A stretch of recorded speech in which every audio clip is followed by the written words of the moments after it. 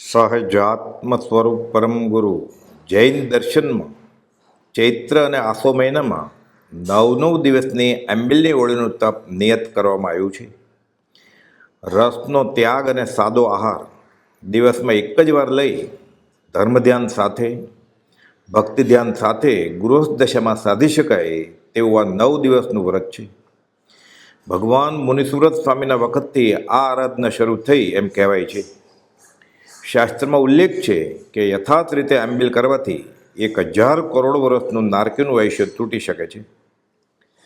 9 પદની આરાધના અને આંબિલની ઓળી, સ્વાદનો ત્યાગ એ આહારનો ખરો ત્યાગ જ્ઞાનીઓ કહે છે. વચનામૃત 21:93 બોલ. અને આહાર કરવો તો પૂતગલના સમૂહને એકરૂપ માની કરવો, પણ લુબ્ધ થવું નહીં. વચનામૃત 5 બીજો બોલ.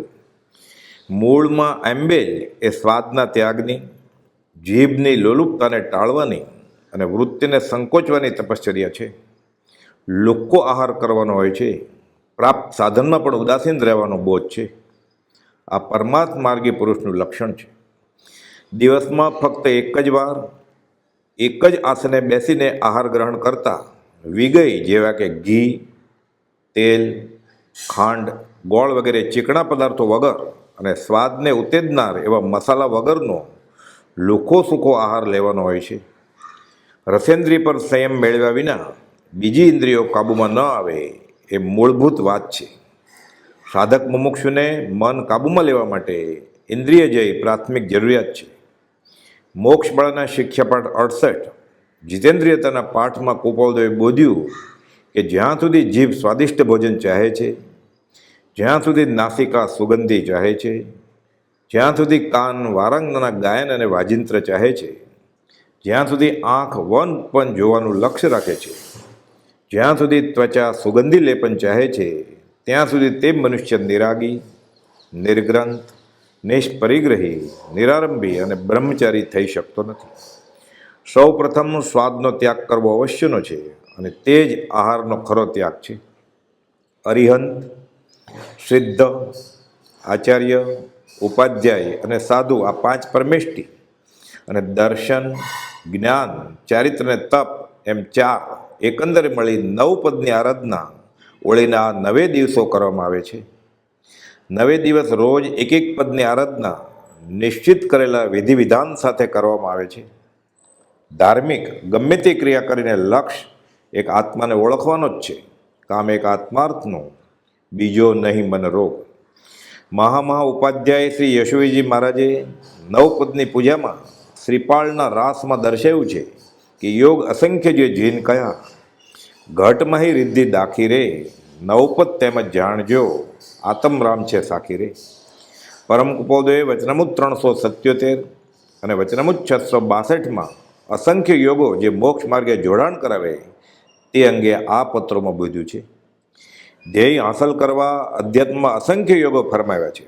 જીવની પાત્રતા, જીવના ભાવ અને જીવની તે સમયની ભૂમિકા અનુસારે જ્ઞાનીઓએ જે તે જીવને તેની લાયકાત મુજબ તે પ્રકારના યોગો તરવાને અર્થે દર્શાવ્યા છે. જ્યાં જ્યાં જે યોગ્ય છે તે મુજબ. આ 9 પદ ગુણવાચક છે અને તેનો મહિમા અપાર છે. આ 9 પદ પંચ પરમેષ્ટિ 5 આત્મગુણોને આરાધવાના છે. 4 પદ દર્શન, જ્ઞાન, ચારિત્ર અને તપ યથાર્થ આચરે જો જીવને સિદ્ધિ હાંસલ થાય છે. અહીંયા 5 પદે આત્મજ્ઞાન છે. આત્મજ્ઞાન એ અધ્યાત્મનો મૂળભૂત પાયો છે. આ શ્રીપાળનો રાસ ઉપાધ્યાય વિનયવેદીજી મહારાજે લખ્યો અને અધૂરો મહા ઉપાધ્યાય શ્રી યશોજી મહારાજે પૂરો કર્યો. તેઓ પ્રકાશે છે કે જ્યાં લગી આત્મતત્વ નહીં જાણ્યું, ત્યાં લગી ગુણઠાણું કેમ કરી આવે તેણ્યું. સમ્યક દર્શન વગર ફક્ત બાહ્ય વેશથી ગુણઠાણા ગણાતા નથી. અસદગુરુને અહોભાવથી સમ્યક દ્રષ્ટિ શ્રાવક પૂજે નહીં, નમે નહીં. કેમ કે આત્મજ્ઞાન એ પૂજનીય છે. શ્રીપાળ રાસના રચયિતા વિનયવેદીજી મહારાજ મુખ્ય લક્ષ્ય છૂટવાનો છે એ અંગે સ્પષ્ટતા કરે છે. જૈન દર્શનમાં નિદાંતપ કે નિયાણોનો નિષેધ કરવામાં આવ્યો છે. ભૌતિક લાભ માટે કરવામાં આવતી ધર્મકરણી તે દર્શનાવણીય કર્મબંધનનું કારણ બને છે. વચનામૃત 368. દેવ, ગુરુ અને ધર્મની શ્રદ્ધામાં દેવ તે 18 દૂષણ રહિત વિતરાગ દેવ, ગુરુ તે આત્મજ્ઞાની એવા ગુરુ, આત્મજ્ઞાની શ્રમણ કહાવે, બીજા દ્રવ્ય લિંગી રે. અને ધર્મ તે વિતરાગે બોધેલો છે તે. હેમચંદ્રાચાર્ય મહારાજે યોગશાસ્ત્રમાં 9 પદનો ઉલ્લેખ કરેલ છે. વજ્રસ્વામીએ 14 પૂર્વમાંના 10મા પૂર્વ વિદ્યા પ્રવાદમાંથી આ પદો તારવેલ છે.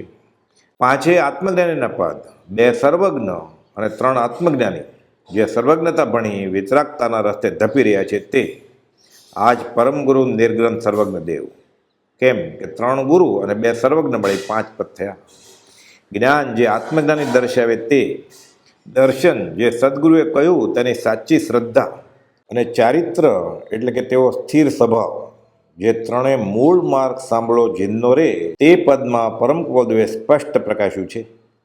માત્ર આ અંગે તપ આચરે તો આત્માર્થે લેખે લાગે.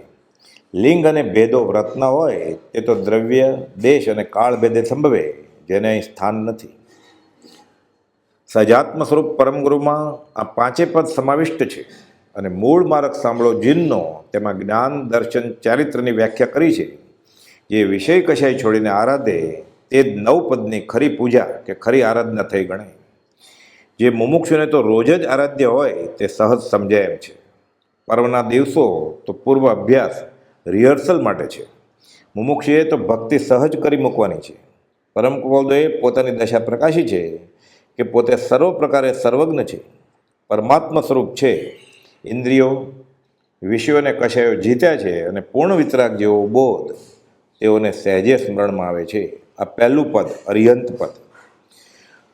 સંવત 1955માં સમાગમમાં ઈડર ક્ષેત્રે પોતાને સિદ્ધનું સુખ અનુભવાય છે એમ મુનિઓ પ્રત્યે 5મે દિવસે પ્રકાશી સિદ્ધ સદૃશ્ય દશાનો ઉલ્લેખ સ્પષ્ટ કરેલ છે. અને વચનામૃત 411માં અને વચનામૃત 255માં અશરીરી ભાવની વાત કરી છે. અને વચનામૃત 779માં લિખિતનમાં શુદ્ધ સહજ આત્મ સ્વરૂપ લખ્યું. તો 504માં પત્રમાં પોતાને વર્તતા વિસ્તૃષા પરિણામનો ઉલ્લેખ પૂજ્ય સૌભાગભાઈ પરના એક પત્રમાં કરેલ છે. આ બીજું પદ, સિદ્ધ પદ. આચાર્ય 36 ગુણના ધારક આચરીને બતાવે તેમ પરમ કુવલદેવ તો પ્રયોગ વીર છે. સાથે જણાયું તે અમલમાં મૂકી બતાવ્યું. આ ત્રીજું પદ, આચાર્ય. ઉપાધ્યાય પોતે ભણે અને બીજાને ભણાવે. આ ચોથું પદ. અને આત્મજ્ઞાની શ્રમણ કહાવે, પોતે લિખિતનમાં જ સહજાત્મ સ્વરૂપ એ મુજબ વચનામૃત 719 અને વચનામૃત 653માં લખે છે. આ 5મું પદ. પરમ કુવલદેવની આરાધના કરતા આ 9 પદ તો આવી જ ગયા. તેમાં બધા તીર્થંકરો, ગણધરો અને બધા જ આત્મજ્ઞાનીઓ આવી જાય એમ પૂજ્ય પ્રભુશ્રીજી આત્મ અનુભવની વાતો કરતા. અને પૂજ્ય બ્રહ્મચારીએ પણ આ આત્મસાત કરે. પરમ કુવલદેવના ખરા મુમુક્ષુને તો એ રીતે રોજ જ 9 પદની આરાધના સહજ જ થઈ જાય છે. મોક્ષમાળાના શિક્ષાપાઠ 68 જીતેન્દ્રિયતાના પાઠમાં બોધ્યું તે મુજબ આચરણ કરતા મુમુક્ષુને રોજ એમ્બેલ સહજ જ થઈ જાય છે.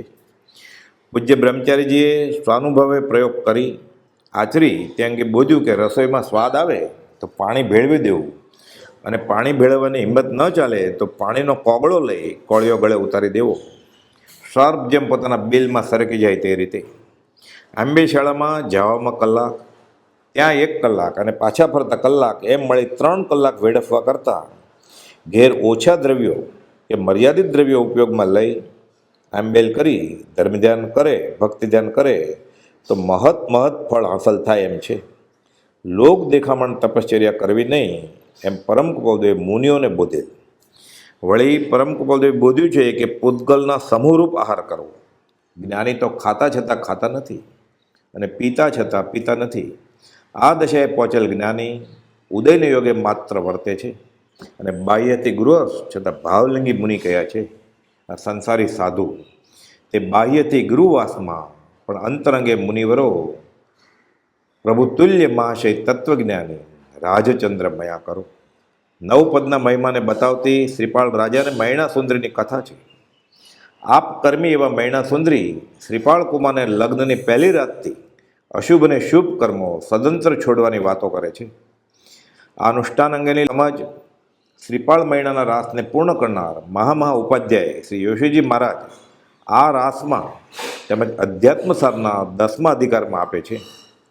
અસત અનુષ્ઠાન એ સંસાર વર્ધક અનુષ્ઠાન છે, ભલે ધર્મની કરણી કહેવાય.